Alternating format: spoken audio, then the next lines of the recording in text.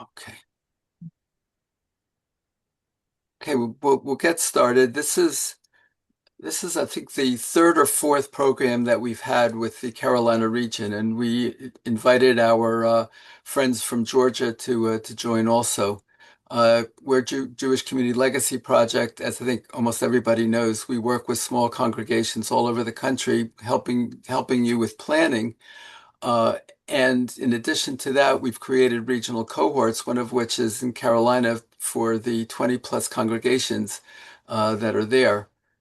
And we are absolutely delighted to have a program that has historical connection to the Carolinas, to Georgia, to Mississippi. And I think you're going to find this really very interesting. It is going to be recorded, and we'll send the YouTube or the Zoom or the YouTube link to everybody. There'll be a PowerPoint deck that Dorothy is going to be sharing with us that we'll send to you. So it'll be an opportunity to hear tonight as well as to listen for whatever that you missed. Um, our program is in three parts. The first two parts are with our speakers. The third part will be question and answer. The first person that I'm going to call on in the question and answer will be Kyle Epstein, who's going to be talking about his connection with one of the Rosenwald schools in Atlanta. And I encourage all of you to uh, make comments or questions in the chat, and then when we're ready to do the Q&A, we'll open it up for you. Uh, if any of you have any suggestions for programs going forward, please let me know. This is a very democratic process, and we just want to be relevant to what uh, you want and what your interests are. So we'll get started. We have two speakers, honored to have two speakers, and they've come all the way from Chicago to be with us this evening. Uh, Mhm. First is, let me just, get it. Okay. First, I'm happy to introduce you to Beverly Siegel. Beverly is an award-winning documentary filmmaker based in Chicago. She produced Women Unchained in 2011, Driving West Rogers Park, Chicago's once and future Jewish neighborhood in 2017, and she produced a show profiling Rosenwald, Julius Rosenwald, for public television's Chicago Stories series. She will speak first on Julius Rosenwald's rise to prominence in business and in philanthropy. Uh, uh, Dorothy Cantor, prior to her retirement, was an expert for the Environmental Protection Agency on the decontamination of anthrax and other bioterrorism agents. She received a Bachelor of Science in Mathematics and a PhD in Biophysics from George Washington University. But most germane to our conversation this evening is she's been a volunteer for the National Parks Conservation Association for 37 years, and she currently is the president of the Rosenwald Park Campaign, which is working to create the multi-site Julius Rosenwald and Rosenwald Schools National Historic Park. And that's what she's going to be talking to us at the end of her presentation. So without further ado, it's my honor and pleasure to first introduce Beverly and then to introduce Dorothy to speak to us about this wonderful human being, Julius Rosenwald. Bev, unmute yourself, please. Bev, unmute yourself. Okay, how's that? Good. Can you hear me? Okay. In the interest in full disclosure, I'm actually sitting in Pittsburgh right now, but it's true that Chicago is my main city. I grew up in Chicago, and I can't remember a time when I wasn't aware of Julius Rosenwald. Even before I learned his name, I knew about him because as a little girl, my family lived on the West Side, where post World War II, more than 100,000 East European Jewish immigrants and their children and grandchildren lived. And during the Christmas season, my mother had a part-time job wrapping gifts down the street at Sears Roebuck. And I knew that a very rich Jewish man had something to do with it. And his name, I learned when I was very young, was Julius Rosenwald. Also, as a little girl, I learned that my family held this man in very high regard because, in addition to being the boss or whatever he was at Sears, actually by this time he was gone for 20 years already. But in addition to his role at Sears, he was the founder of the Museum of Science and Industry, which was the grandest place I had ever seen. And lots of Jews, in fact, called that museum the Rosenwald Museum, even though that was never part of the official name, because everybody knew that Rosenwald started it, even though his name was nowhere to be found on the palatial building. Fast forward 40 years, I was a documentary filmmaker. And in the early 1990s, I was asked by the Chicago Jewish Historical Society to produce a film about the history of the Jews of Chicago. So the president of the society gave me a 700-page book that had been written in the mid 1920s, and he gave me a big stack of old newsletters, the society's newsletters, and he said to me, here's all you need. Go make a documentary. And so after trying to absorb a lot of this anecdotal material, I finally said to Walter, the president of the society, what's the story I'm telling? You've given me more details than I could ever use, but what's it about? What's the story? And he said, I don't know. He was a lawyer, not a historian. He said, I don't know. You're going to have to ask Jacob Rader Marcus, who at the time, I was told Jacob Rader Marcus was considered the dean of American Jewish historians. He was on the faculty of Hebrew Union College. He had just retired. He was in his late 90s, but I was told, give him a call. If anybody knows the answer to your question, he's the one. So I did. I talked to Jacob Rader Marcus, and he's told me that the story, the plot of the history of the Jews of Chicago was the same as the plot of the history of the Jews of every city in America. The Jews came from different places, they spoke different languages, they had different traditions. They didn't necessarily get along so well, but they banded together to meet their communal needs. So they faced many challenges. They made contributions to the city, to the Jewish community, maybe beyond. That's your story. So then I asked him one more question. I said, well, many Jews made contributions to the building of Chicago and to the building of the community. Is there anyone who can't be left out? Is there anyone who's indispensable to the telling of the story? And he said, in Chicago, there are two people, Rabbi Emil Hirsch of Sinai Temple and Julius Rosenwald. Those are the only two people who can't be left out. So, okay, great. I had my outline. And parenthetically, I soon discovered that Julius Rosenwald was a member of Emil Hirsch's congregation. In fact, he was the vice president for many years of the congregation. And he was profoundly influenced by Hirsch's teachings on tikkun olam and philanthropy and social justice. So I made a documentary that aired for years on public television in Chicago, covering the first 100 years of Jewish history there. But I had amassed so much material on Julius Rosenwald that I went back to the station and I proposed another show. And they decided that Rosenwald really was too important to the city that to not have a show of his own. So that more people would know about him. So I produced that show too, and it went well beyond Rosenwald's contributions to Chicago. and to the Jewish community because Rosenwald went way beyond the city limits. His philanthropy to improve the lives of Black Americans produced historic change and ramifications across the country. And this is where I turn the program over to Dr. Dorothy Cantor.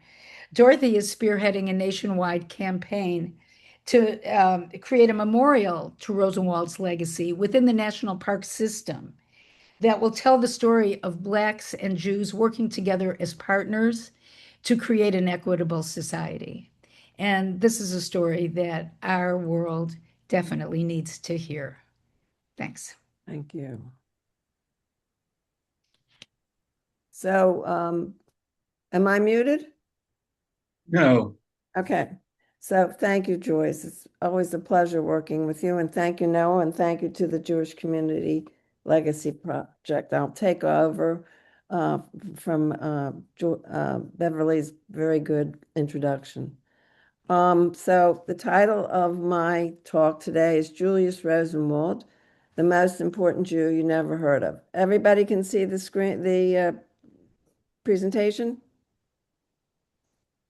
Is it? Oh, I didn't screen share. Excuse me. Wait a minute. Sorry, folks.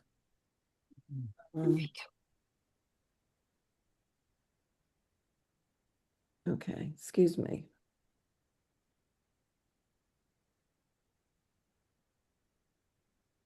Why is this not, all right. There you go. Okay, great. Sorry about that. So, the title is Julius Rosenwald, the most important Jew you never heard of. But it also could be Julius Rosenwald, the most important philanthropist you never heard of.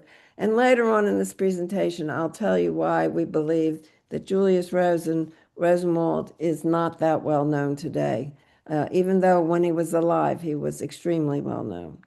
So, Noah told you that I was a biophysicist and I worked in decontamination of anthrax. That wasn't my original role. It was risk assessment and hazardous waste and issues, but along came 2001 and we know everything that happened there. So how did a scientist get interested in Julius Rosenwald?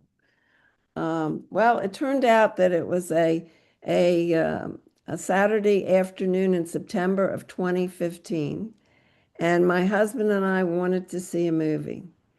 And by the way, Noah, I live in Washington, outside of Washington, D.C. And so we looked in the newspaper and we couldn't agree on a movie.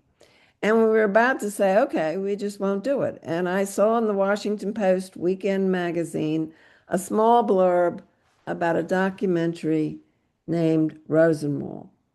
And I looked at my husband and I said, did you ever hear of Julius Rosenwald? No. I said, neither did I. Did you know that he was the person who helped make Sears Roebuck the retailing powerhouse of the 20th century? No. So we decided to go to see that documentary at a movie theater. And the documentary is by Aviva Kempner. So I owe all this to Aviva Kempner.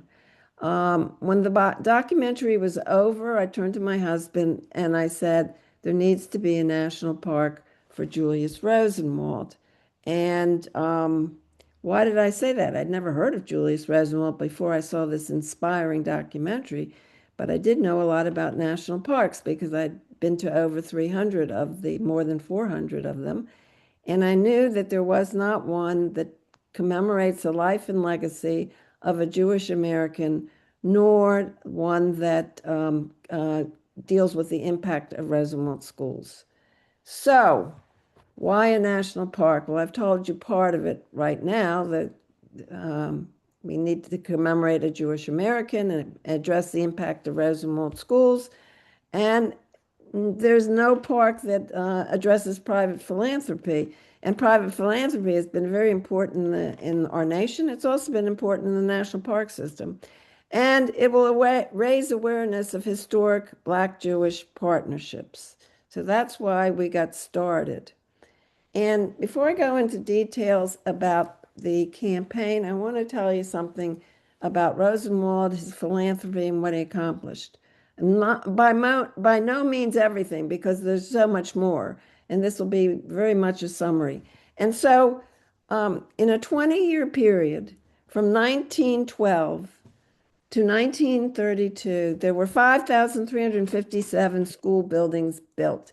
They ranged from Maryland to Oklahoma, darn it, from Maryland to Oklahoma, from North Carolina to Florida, and from Louisiana to Missouri. 15 states. This is the map. To me, this tells it all. This is the map that shows the distribution of these schools, okay?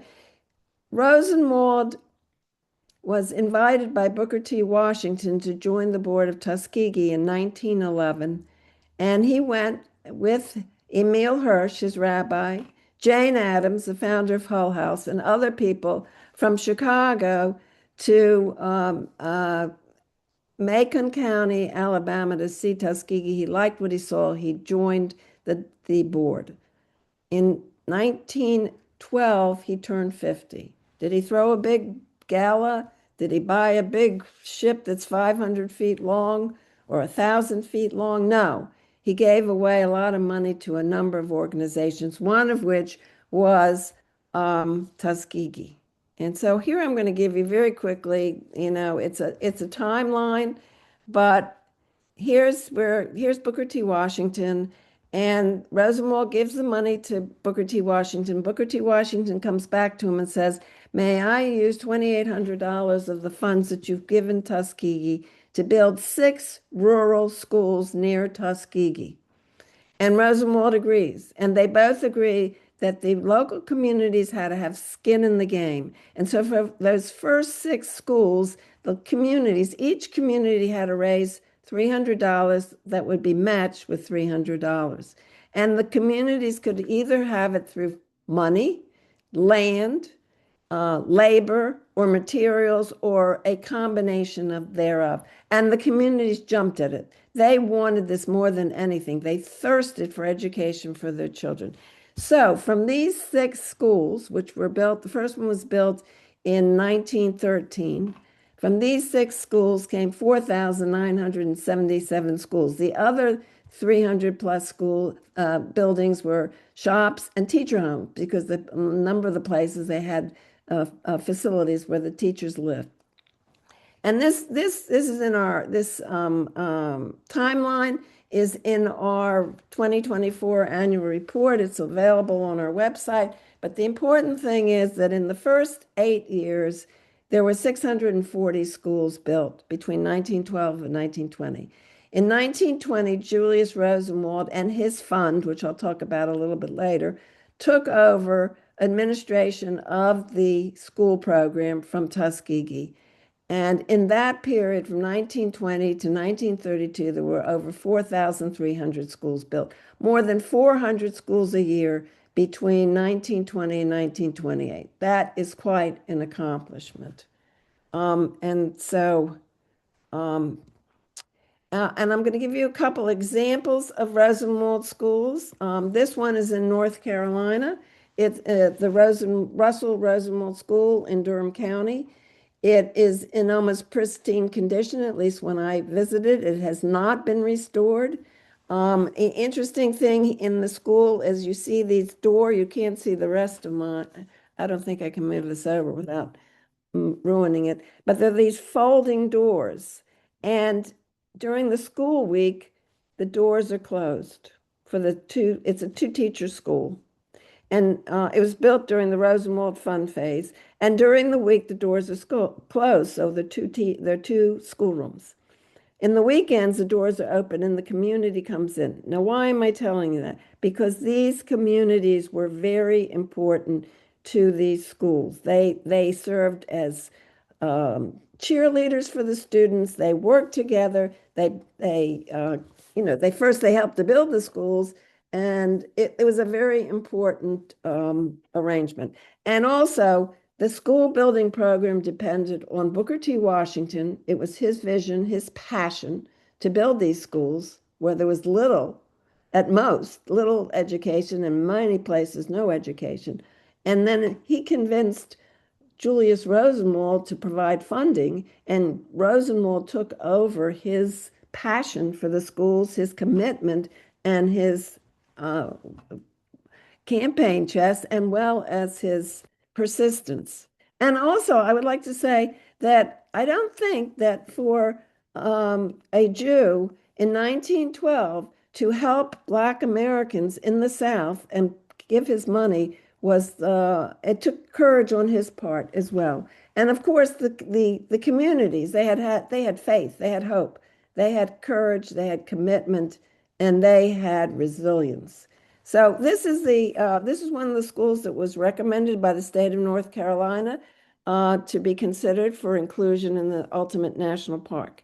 I'm going to give you another school because Kyle Epstein is one of the people in the participating in this program, and Kyle and his firm played a very important role. This was the Fairmont School in Griffin, Georgia, which is about an hour south of Atlanta on the freeway in Spalding County.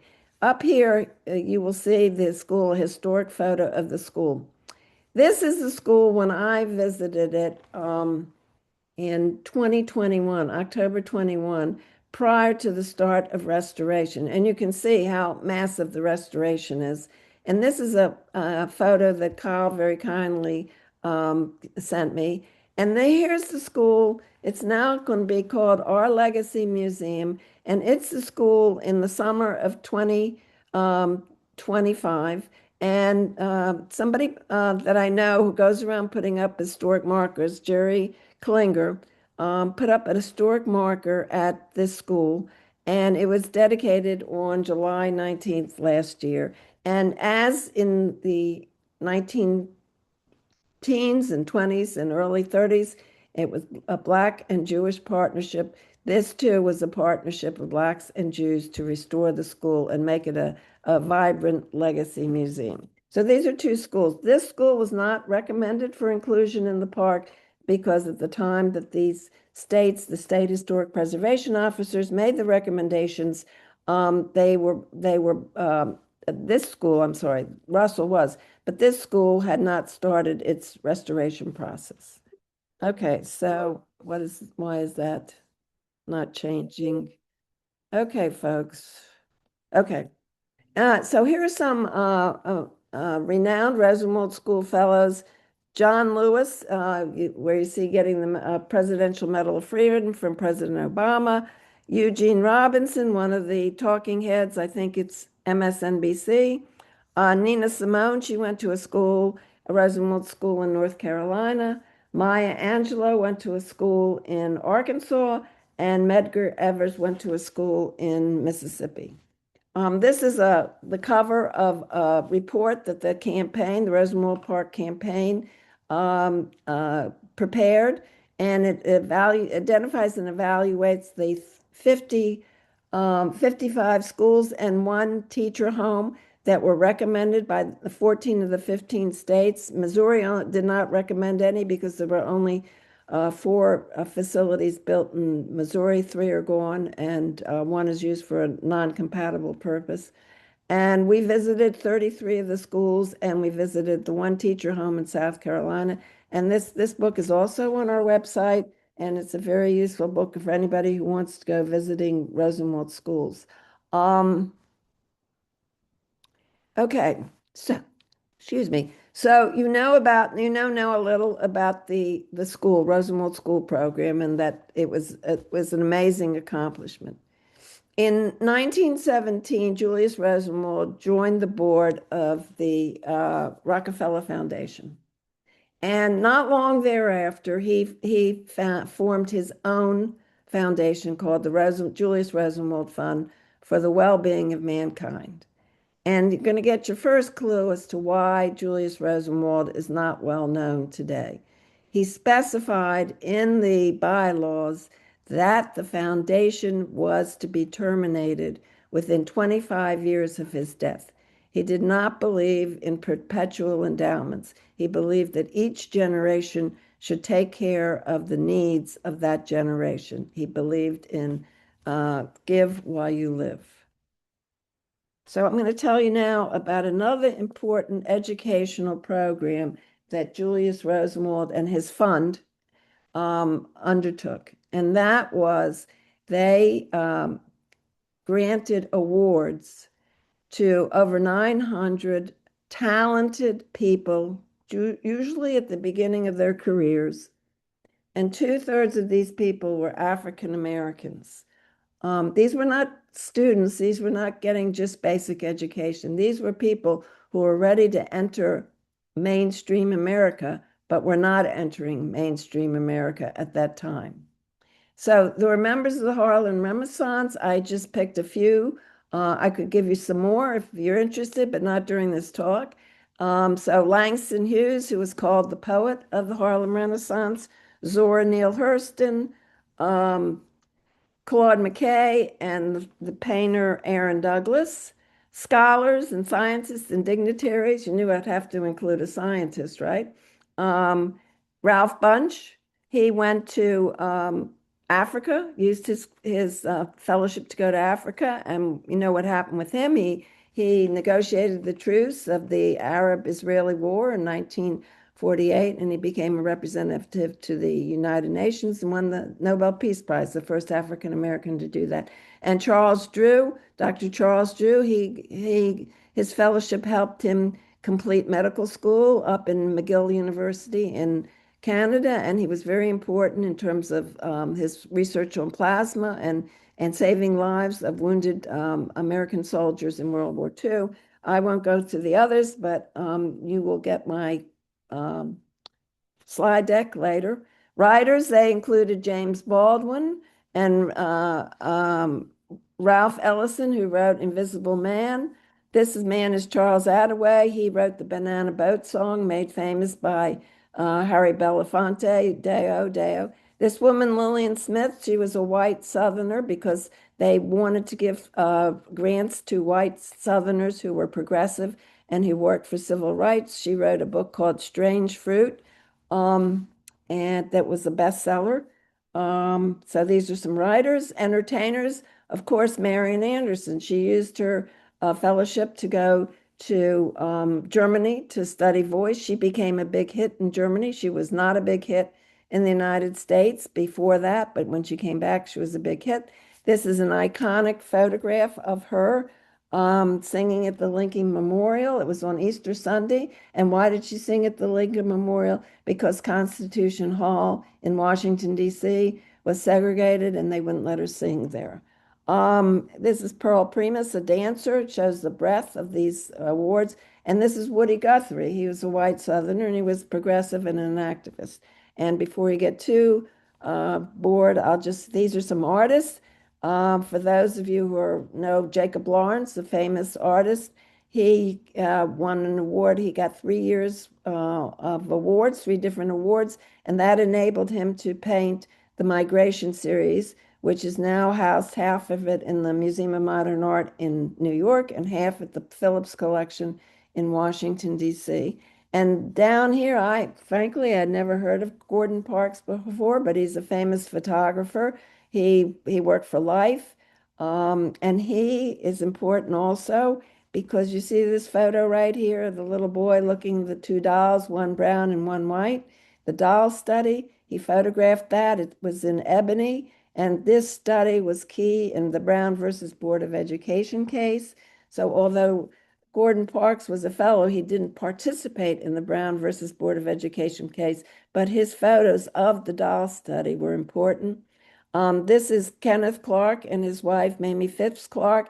They got funding from the Rosenwald Fund, which enabled them to do the doll study, which then played a pivotal role in Brown versus Board of Education. This is C. Van Woodward, who was a Southern white historian. This is John Hope Franklin, who got his PhD at Harvard. He got the fellowship that helped him do that. And he went from teaching at Fisk to Brooklyn to the University of Chicago. And ultimately, over the passage of time, he became the head of the Department of History at Duke. And this is Horace Mann Bond, the father of Julian Bond. So I'm going to go back to that. Why am I telling you all this? I'm telling you all of this because these fellowships played an important role in giving African Americans of talent and a large ability access to mainstream America, for enabling them to get into the arts, academia, government, and beyond. It was an important thing because back in those days, there were many people who believed that African Americans were an inferior race. And this was hard data that was not correct. Okay, so he also contributed to historically Black colleges and universities, including a number in Atlanta, Morehouse College, Spelman, et cetera, Clark, as well as, of course, Tuskegee, Fisk in Nashville, Howard University in Washington, D.C., and Dillard in New Orleans, which he helped, the fund helped create to several predecessor organizations. And of course, Bev talked about this. He made contributions to Jewish charities. She mentioned about the Jewish social service agencies. There was one that was the German Jewish Social Service Agency in Chicago. There was another was for Eastern European Jews. And bringing these two organizations into one organization was no easy job. It took years. And Julius Rosenwald was the first president of the Jewish United Fund. And now they have an annual award in his honor that they give. He also gave to Hebrew Union College. Okay, so, and Bev talked about the museum, Chicago Museum of Science and Industry. She said his name wasn't on it. You're getting another clue. He wouldn't let him put his name on it. They fought him, and he insisted his name should not be on it. He didn't want that notoriety, whatever. By the way, this building was, I guess, the only building that survived after it was part of the 1893 World's Exposition in Chicago, and it was built much more solidly because it had works of art in it. And so they restored it. There's a German U-boat in the basement of the museum for anybody who wants to go there now. So he was the founding donor. He did not live to see it opened, and he refused to let his name be on it. And a couple of years ago, a billionaire named Ken Griffin gave the museum 110 million or some small figure like that, and it's now the Griffin Museum. So, and we own these newspapers, by the way. That's another story about buying historic newspapers. So, why do we have these newspapers? Julius Rosenwald died on January 6th, a day that in recent times will live in infamy, but he died on January 6, 1932. It was front page news in many cities across the nation. It was in the New York Times, of course. It was above the fold banner headline in Chicago. It was front page news in New Orleans. His daughter Edith and her husband Edgar Stern, who was the head of the Cotton Exchange in New Orleans, lived there. They became important philanthropists too. So when he died, he was very, very well known. I basically told you, but I'll give you a little more information. His foundation was actually ended in 1948, 16 years after he died. He didn't want his name on any buildings. He left high school early, not because he couldn't do it, because he had rich uncles in New York and he went to learn the clothing trade in New York. By the way, he had a failure. He opened a store when he was very young in New York City for men's clothes, and there was a recession, and that store had to close. And he also became wealthy by luck because his brother-in-law, Aaron Nussbaum, had the soft drink concession for the Chicago Exposition. Aaron Nussbaum had done a favor for Marshall Field, and he was rewarded with the soft drink concession. And after that's over, he goes to meet with Richard Sears, who had just started Sears Roebuck. And Richard Sears, they said, could sell a breath of fresh air, but he couldn't run a business. And his partner Roebuck was leaving, And it was chaotic. And Aaron Nussback tries to sell him a system for bringing order to the company. And Richard Sears Bakley says, no, I don't want that, but how about buying a half interest in Sears Roebuck for $75,000?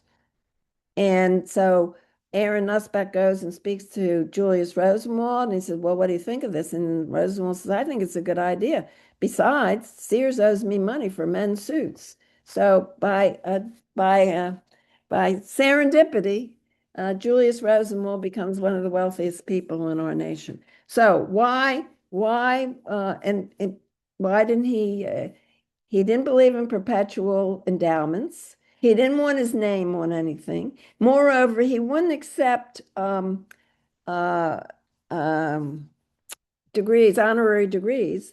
And he said, I'm not a university man." So he was a modest man, and so he went from being very, very well known to hardly known at all.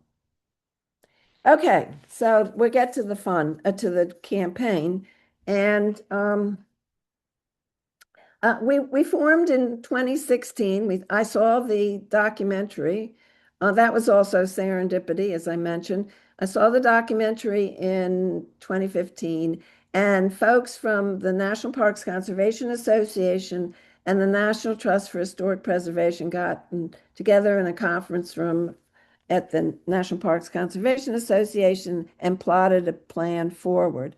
And in 2016, we started building a board of to help run the campaign. We've been basically a volunteer organization, but we have just brought on a full-time executive director who happens to be watching this program. Thank you, Mary. And in 2020, Congress passed legislation that we helped, write. That's the way it goes. To direct the National Park Service to do a special resource study of the sites that are associated with Julius Rosenwald and the Rosenwald schools. And in that legislation, it identified a number of sites in Illinois, including his boyhood home in Springfield, Illinois, and it identified 10 Rosenwald schools. And this legislation was introduced in 2019. It passed both houses of Congress at the end of 2020. And President Trump on January 13, 2021, signed it into law. So in 2024, June, which is sort of very fast speed for the National Park Service, they came out with their special resource study report. And this is the cover of their report. And they concluded that Julius Rosenwald and the Rosenwald schools are of national historic significance.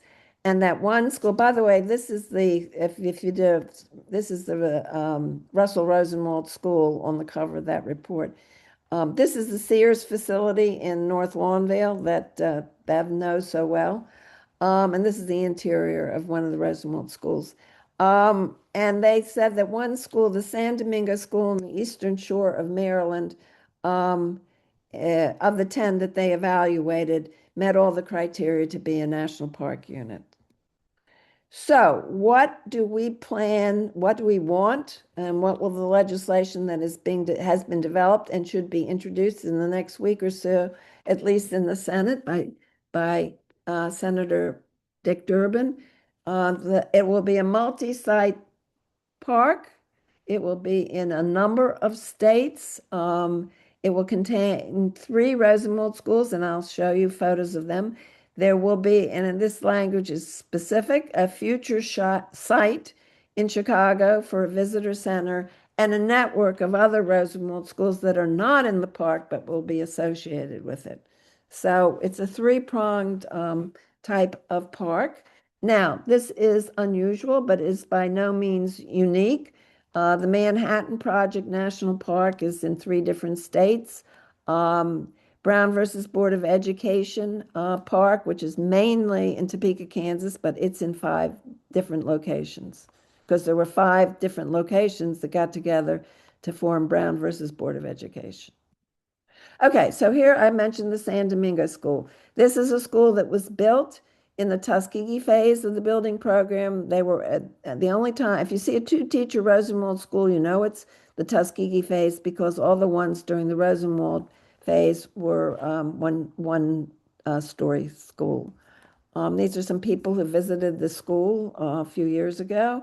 So this is on the eastern shore of Maryland in a historically Black community. This is the Woodville Rosenwald School in Gloucester County, Virginia. It's a two-teacher. This is the two-teacher schools were the ones that they were most often built, and it was restored. It was not recommended in 2017 by Virginia, but later it was because in 2017 it had not been restored. And here again are Blacks and Jews who worked together to restore the school. It has an important history, but it's not for this time. And this is another school that was amazing restoration. This is a St. George school in St. George, South Carolina. It's about 45 minutes northwest by car from Charleston. It was about to really collapse. And the then mayor of St. George, she's now 94 years old, she went and got a historic preservation architect from Charleston to come and see the school. And she said, can the school be saved? And the gentleman said, it could be saved, it should be saved, but it's going to cost a boatload of money. And it did. Because first they had to build this superstructure. Oh, and it was a big school. It was a 6-teacher school, and they had several additions. So it was like a 10-teacher school, ultimately. And so first they had to build the superstructures around it to dry it out. And then here it was in October of 2023, the grand reopening of the school. It's a vibrant community now. It is a community center and a learning center. Those are the 3 schools that will be in the park. And okay, so what are our ongoing and future activities for the campaign? Obviously advance legislation to create the National Historical Park. Let me stop a minute though, because I didn't say there are less than 600 of the 5,357 facilities that still exist. And I'm going to tell you a little bit about that in a minute. So the legislation, that's our ultimate goal. We're working on the Hill. It is really important to find Republican senators and congressmen because unless we get bipartisan support, it ain't going to happen this session. But I happen to think that there's a good chance that it could happen. This is such a feel-good story and people working together and across racial lines, across religious lines. Okay, we're working on a development of an online geospatial database of existing Rosenwald schools. That's how I know that they're under 600. Our contractor is documenting the schools and including all sorts of information in it. And you'll be able to go and look for any school that you see if it still exists. You'll be able to say how many schools still exist in Maryland. You'll be able to say, I'm in Nashville, how many schools are within 200 miles of Nashville, etc. And then we got a grant from the Mellon Foundation to create a network of Rosenwald schools to enhance coordination among the schools. And obviously presentations such as tonight, fundraising events. Michael, are you listening? Visits to Rosenwald schools. And obviously we want to gain wider support for this remarkable story. I'm coming to the end. And so what you can do to make a difference, you can, as I said, share contacts with Republican members of Congress. One of the people I think we need to go and see is Senator Tom Tillis from North Carolina. He's retiring, and more schools were built in North Carolina, 800 than in any other state. Sponsor presentations and fundraising events, visits to Rosenwald schools. Share media connections. We need that badly. Tell this remarkable story to family and friends.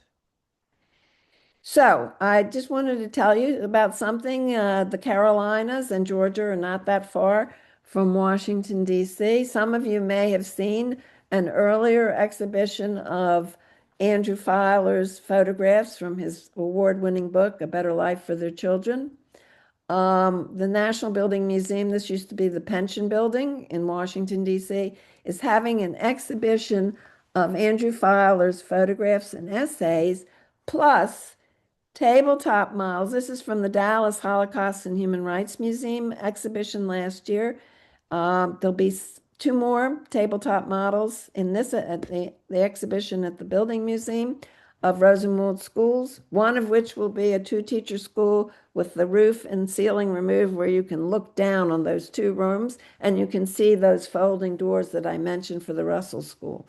And so this exhibition starts on February 28th. It goes to December 31, 2026. And if you all can get a group together and would like a private tour, here I am. Okay. So, okay, subscribe to our newsletter. It comes out bi-monthly. 2 days ago, we had a report for Black History Month. And in it, as somebody I didn't mention, but Charles Johnson, who was a Rosenwald Fellow, he was a sociologist. He played an important role in the Harlem Renaissance. He played a role in Brown versus Board of Education.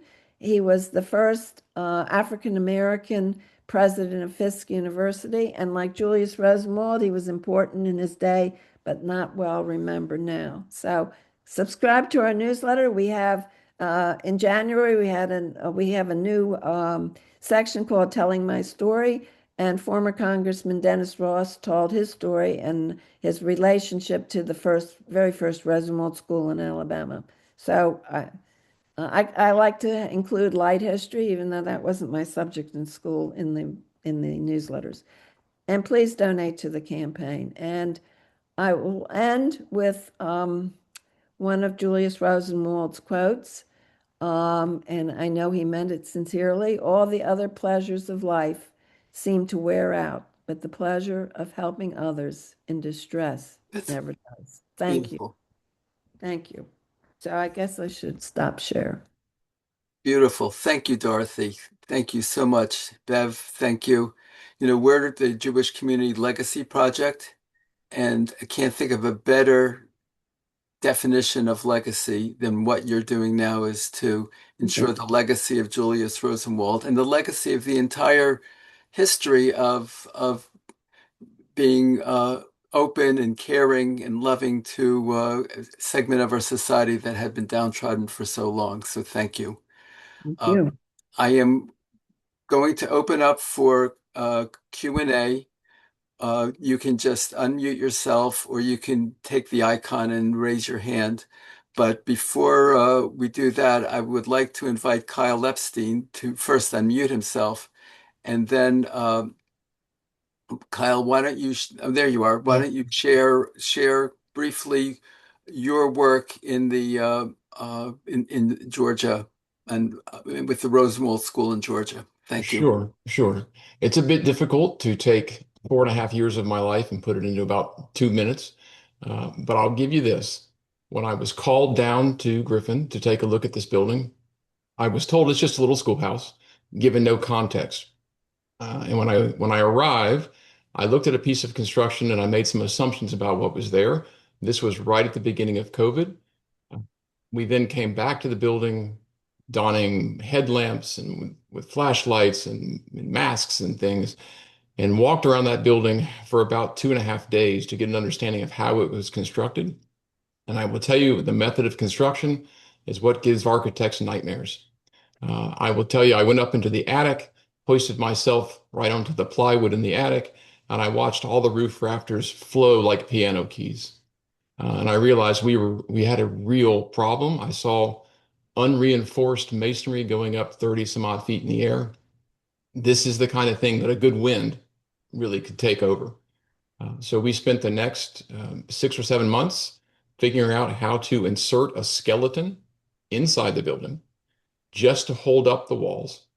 And then after that was done, we took the roof off piece by piece by piece. We shored up the exterior walls. And then it became about archaeology and art architecture anymore. What we were able to find and uncover in the building And after day by day, it began to tell a story about how they built it. And as we talked to people in the community, I only thought about it as Rosenwald School. And to them, it really wasn't Rosenwald School, it was Fairmont. So the picture that Dorothy showed you, the outside of the building, is much more appropriate than any of the photographs that I have.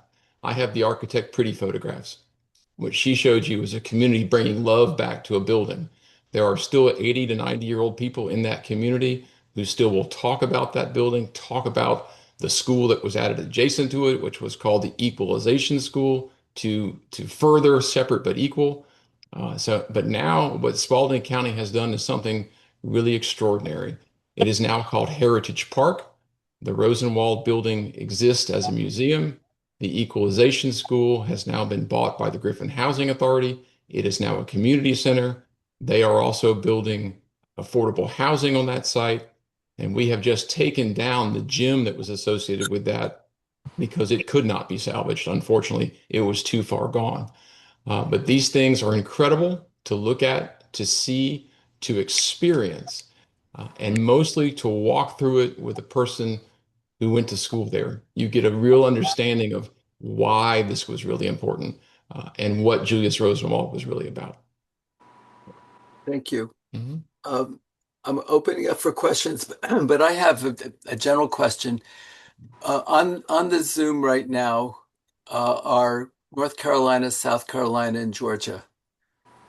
If people on the Zoom and others in our group are interested in visiting Rosenwald schools in any of those states, how do they go about doing it?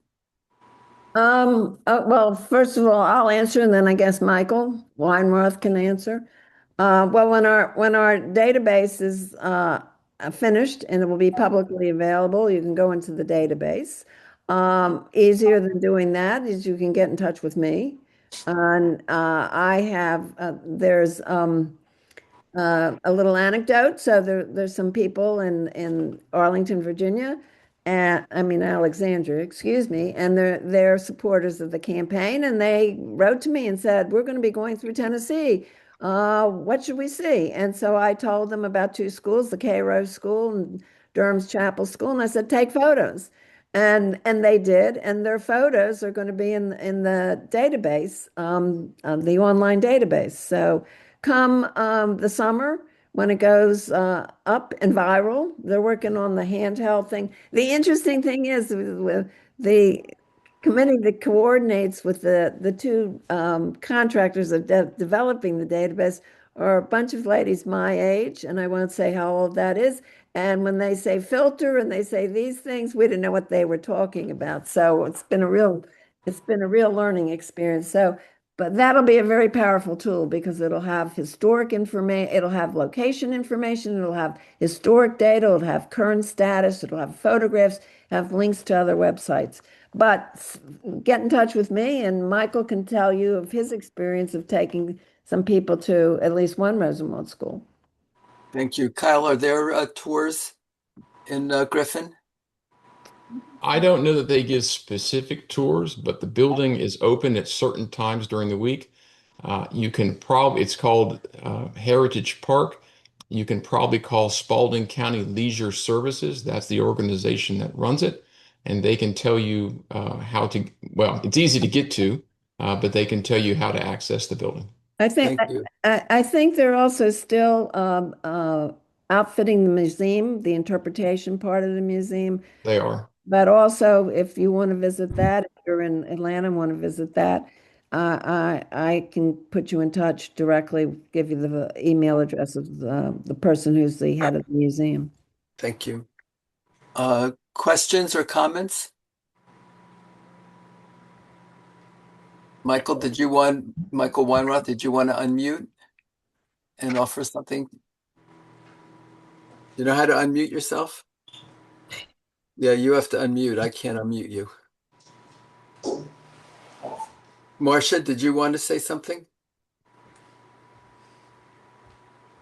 Okay, Deborah Jacobs from Cary, Mississippi.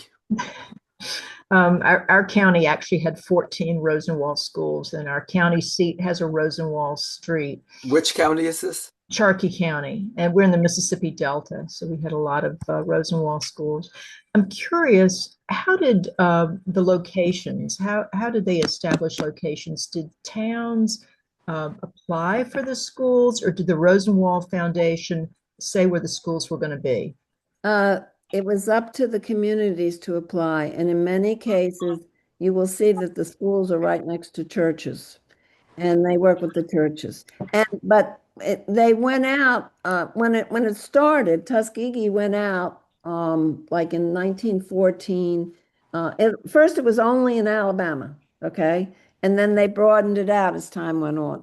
And Tuskegee would go out with call for applications. And so it was up to the locations themselves to self-identify. Thank There you. was one school, it's not actually a Rosenwald school, but Andrew Filer includes it in his book. And that's the Eleanor Roosevelt School, and it's in Warm Springs, Georgia. Warm Springs, Georgia. And the Rosenwald School program ended in 1932, but apparently, FDR would go to Warm Springs for his polio. And apparently, I can't give you a citation, but apparently, Eleanor was down there and was driving around, and she didn't see any school. And so he got in touch with the Rosenwald Fund in like 1935 or 36. He said, "We want to build a school for Eleanor.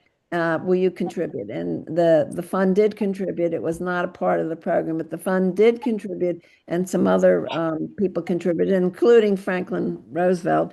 And that was the very last Rosenwald School. And I would like to say it was built of brick, and the school in Griffin, Georgia, Fairmont School, Heritage Park, that was also not wood. And in the later years, the fund in their community plans, which they put out each year, that the communities were supposed to use to build the schools, specified that they had to be in brick. And you can figure out the reasons for that. Thank you.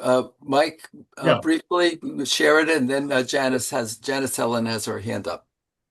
Just one thing that I wanted to bring to everyone's attention, and that is if you want to know anything about any schools, at least a list of them by state and by county, just go to Fisk University Rosenwald Schools. It's right there, and it will give you everything you wanted to know. It's really a great website. It is. I also was asked to participate in the rededication of the Eleanor Roosevelt School. And it was bought by a brother and sister, and they're charming folks. They live in Atlanta, but they are little by little restoring the inside because it is brick school. And the tablet on the outside front right corner of the school says the Eleanor Roosevelt Rosenwald School. It's a sort of a plate, a concrete plate that's on the corner of the school. And there were about 200 people there for that rededication. So there's so much going on, Dorothy, all over it seems like. And I just wanted to ask a question, and then I'll stop. When I heard about this national park thing, I was at one time, were they thinking about linking all the Rosenwald schools that were existing with a single, I don't know, like going from park to park on some sort of trail or some sort of park facility? Was that discussed at one time? In South Carolina, they're working on developing a trail, and it would include St. George School, and it would include the teacher home, the Great Branch Teacherage. It would include four other schools. I don't need to go into all of them. That's something that they're considering in uh, South Carolina, and that is separate from what we are working on. Our model for an eventual network of Rosenwald schools across, the 15 states that would probably not include Missouri, but would be the model is the National Underground Railroad Network to Freedom. So you have the Harriet Tubman National Park Unit. Actually, there are two national park units, one in Maryland and one in New York where she lived. But it's associated with that, and they have units. They're hundreds, and it's not just actual sites, but there are things worth, and it's all over the country. It's not just like from Maryland to Canada. It's broad. So that's our model for developing a network. But in this case, it would be the schools. Thank you. And Uh, it would be mainly, I'm sorry, excuse me, Noah, it would be mainly existing schools. And it would be and a few where their schools no longer exist, but there's a support group that keeps them alive and does things like award, scholarships and that sort of thing. Thank you. Janice Ellen and then Charles Hedgepath. Thank you, Laura. Wow, what an amazing presentation. Janice, you're muffled. Can you hear me? Barely. Barely? Go ahead. You can hear that. How about now? Yes. That's better. Okay, all right. A terrific presentation, really was. Dorothy, you mentioned something towards the end of your remarks about Rosenwald schools that are no longer in existence. Okay. I happened to find out, I grew up in a small town in South Georgia.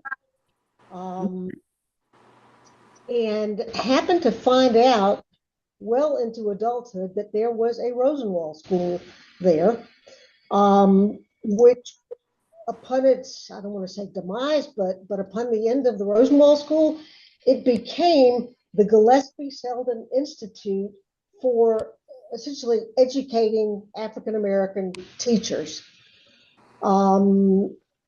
which I never knew that when I lived there. Can you talk a little bit about what happened after some of the Rosenwald schools ceased operation? Did many of them go on to benefit the education of African American educators? So Brown versus Board of Education was the turning point. And now, like for the St. George School in St. George, South Carolina, they built a bigger equalization school, which was school was going to be equal, but it would still be separate. That was the South's way of trying to get around, unequal. And so the children were transferred to that school. And after Brown versus Board of Education, by the way, it took in some places years before integration, at least legal immigration, came about. And so in most of those cases, they sent the African American children to white schools. They didn't send white children to African American schools. So it sort of catch as catch can. Some of them became residences. Some of them became community centers. Most of them deteriorated or were torn down. I mean, in a number of cases, they were torn down and the records were thrown out. It's really sad. And so, they're about 10% that still remain. And there is increased interest in restoring them. I would like to know, does that Gillespie Selden Institute still exist? No, it does not. It was demolished? I don't recall offhand if it was demolished or if the building was just repurposed. But it was. I'm sorry, go ahead. What county was I that? think What- I think maybe you can talk offline about that. So because I'm looking at the clock. So Okay. Yeah. and Janice, I'll put you in touch with Dorothy. And Charles, because it's the Fisk University database, and you Yeah. can look up, the county. But that's only all the schools that were built. It's not what still exists. thank you. Charles, and then Marcia Hurwitz, And then Angela. and then Angela. Okay. Hey, thank you so much for the presentation, and glad to be here. My strange way of getting here, I work with a network called JLTV, and you can find it. It's on cable, and so we've been doing multiple projects, and this Rosenwald and the schools has been something I've been begging for them to take a look at. So if there's anything that I can do to help advance this, and I also raised my hand because I knew about the South Carolina trails because I'm from South Carolina, so I knew about that effort. Right. But I think what you're doing uh, pairs well with what we've been trying to do, and there's also different campaigns that we're trying to get behind our Rosenwald projects. Excuse me, Michael, unshare. You shared your screen with everybody, so unshare it, please. Well, how do I do that? I, There's a thing at the top that says share and unshare. call Linda. I will. Charles, where are you? Are you in Atlanta or where are you I'm located? in Greenville, South Carolina, strangely, but Okay. I started. It happens. One of the gentlemen that owns National Lampoon also owns the JLTV network, and that's how I was introduced to him. I happened to discover this story 4 years ago, and I have not let go. Okay, good. And it's one of the greatest untold stories in American history. Now I'd be Um, happy to, Bev and I would be happy to collaborate with you. well, I'd love to follow up with y'all and tell you more about JLTV and what we're doing Sure. there. Because yeah, so that's nice to me. And thanks for putting this together. And if you haven't been to the St. George School, you ought to go. Oh, I definitely, and I spent a lot of time. I grew up in Columbia, South Carolina, and I would go to St. George, and I had no idea because at that point in my childhood, I had no idea that this was even existed. So last question, did Dizzy Gillespie also go to a Rosenwald school? Not that I'm aware of. Okay, that was something that, all right, Okay, thank you. Michael's taking there. All right, thank Uh, you. Marcia and then Angela. Thank you very much. It's been a wonderful presentation, and apologies for not having my camera on. I guess my question is to Dorothy or to Noah. I work at the Atlanta Jewish Federation, and many federations across, as is happening in North America, is dealing with anti-Semitism. And I'm just wondering, Dorothy or Noah, or anybody else, if there's a way to use this to help bridge some of the challenges we face in the coalitions we're trying to re-strengthen Uh, here. well, funny that you asked that because Bev and I just crafted a one pager for an important philanthropist who's working on anti-Semitism. I think, telling stories is an important way to break down barriers. And we're hoping that this remarkable story that has so many different facets will appeal and that it can be put on the agenda for addressing anti-Semitism and also addressing racism because that's on the rise too. Absolutely. Yes. Thank you. Marcia, as you know, JCLP works with small congregations, and the lay people in the congregations have personal relations with local, state, and federal elected officials that will have a major impact on legislation, on dealing with anti-Semitism, anti-Zionism threats to the Jewish community, and that's something we're going to be working on, hopefully in partnership with JFNA. Right. Because I think it just fits. So thank you very much. Great. Angela, Yes, Angela, I think I'm looking at the closing time. I think you get the last word. all right. Thank you for such a wonderful presentation. Thank And I was anxious to be a part of it because the title, if I'm not saying it specifically, but it was the famous Jew that no one ever knew about. And I just wanted to say that my mother, who passed in 2018 at 107, Wow. spoke of the Rosenwald schools. And in Aiken, there is a marker for Aiken Graded. It was set up in 2012 at the Aiken, marker South Carolina. in Aiken, South Carolina, but the school was built in 1924, 25.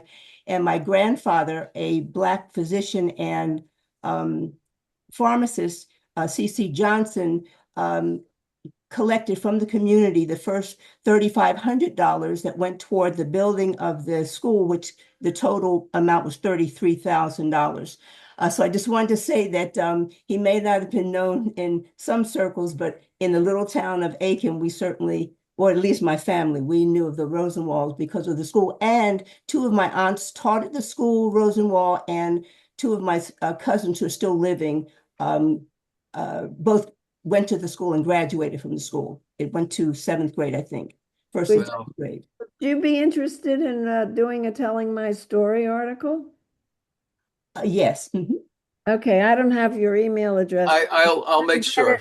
I'm going to get it from Noah, and also I tried to write down Charles, but I'll get you all of that. okay, thank you. I think that this was a wonderful evening between Bev's introduction and Dorothy's extensive historical recap. But was wonderful. But in addition to that, all of you who are on this Zoom with your own personal experiences really enhance this entire program. So I can't thank you all enough. Uh, we will have the YouTube recording. Dorothy will send me her PowerPoint deck and some other material. And if you have, and I'll also include her contact information so that you can contact, and I'll give her all of you. I'll turn you all in to her so that she can contact you with annotations. And then, as I said in the beginning, if anybody has any suggestions for programs going forward, this whole program, this whole cohort is for you. So we want to make sure that your interests and needs are being met. So having said that, thank you all. Happy Purim, happy Thank Passover, you. and looking forward to seeing you again soon. Take care. Thank you. Thank Bye. you. Thank you.